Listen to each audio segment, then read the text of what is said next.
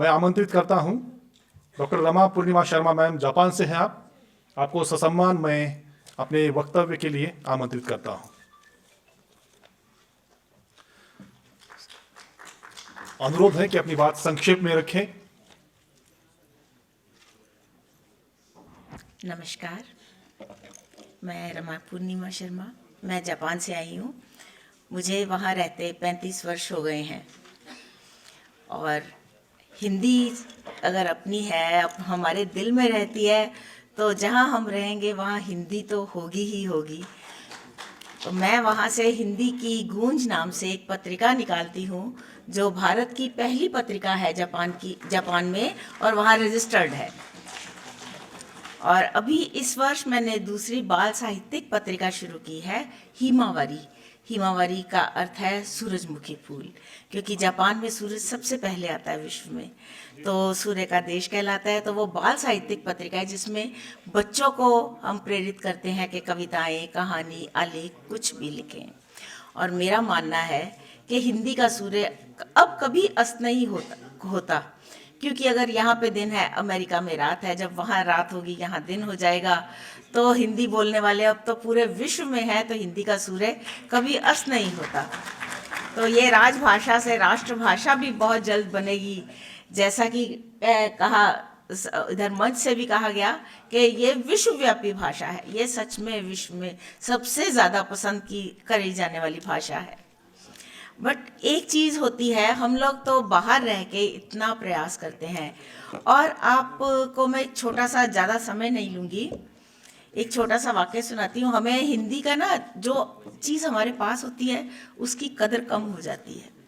जब मैं नई नई गई तो मैं काम से वापस आ रही थी। उस दिन मेरे छोटे बेटे ने कह के भेजा, मम्मा आज ना मेरे लिए चिकन करी लेके आना। तो मैं इंडियन रेस्टोरेंट ढूंढ के वहाँ गई, तो ऑर्डर किया एक चिकन करी नान का। वो आए, मेरे से ऑर्डर ले रहे थे, इंग्लिश में बात की। मतलब उस टाइम मेरे हस्बैंड से भी ना, हम अलग रहते थे तो काफ़ी दिन हो गए थे, मिले नहीं। फ़ोन तब सिर्फ लैंडलाइन होते थे, और वो भी जापान में तब इतने नहीं थे जैसे इंडिया की तरह था। तो वो ऑर्डर लेने लगे। मैंने उनको बोला, भाई साहब आपको हिंदी आती है? कहते हाँ आती है। मैं कहा बोलिए, मेरा दम घुट रहा है हिंदी बोलने के लिए, मैं हिंदी बोलूँगी मुझे सांस आएगी। तो वो भी बोले, कहते हैं कोई हिंदी बोलने वाला ही नहीं मिलता।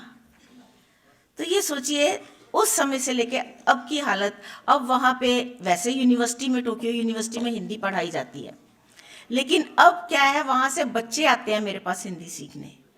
अब जापानीज लोग मेरे से हिंदी सीखते हैं, और पत्रिका निकलती है जिसे बहुत पसंद किया जाता है। तो ये देखिए, उस सांस से अब तो ऑक्सीजन जापान में भी हो गई है। तो हम भारत के लिए मैं एक छोटी सी कविता बोलूँगी, ज़्यादा समय नहीं लूँगी। जैसे उन्होंने कहा कि ये बहुत ही अच्छी जगह है, ये अच्छा मंच है, तो मैं अपने 2 शब्द रखना चाहूँगी। हिंदी हमारी शान है, हिंदी हमारी आन है, हिंदी से ही हमारी पहचान है, हिंदी में जो करे बात बढ़ जाती हिंद की शान है। हिंदी हम सब की भाषा है, भाषा की ना कोई जात, भाषा हमारा गौरव है, हिंदी में सब करिए बात। हिंदी बोलते जो शर्माते, वो हिंदुस्तानी कैसे कहलाते। हर मजहब को प्रेम सिखाती, जन जन में प्रेम बढ़ाती, ऐसी सीधी ऐसी भोली हिंदी जो अनपढ़ों को भी बोलनी आती, बस पढ़े लिखों से ना बोली जाती। गजब की जादूगरनी हिंदी, विश्व के हर कोने में छा गई हिंदी।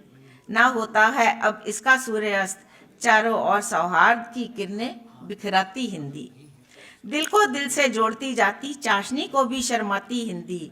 हिंदी तन मन मीठा कर जाती, विदेशों में भी अब तो इसको बोलते हैं चाव से, बस भारत में ही गरीब रह गई हिंदी।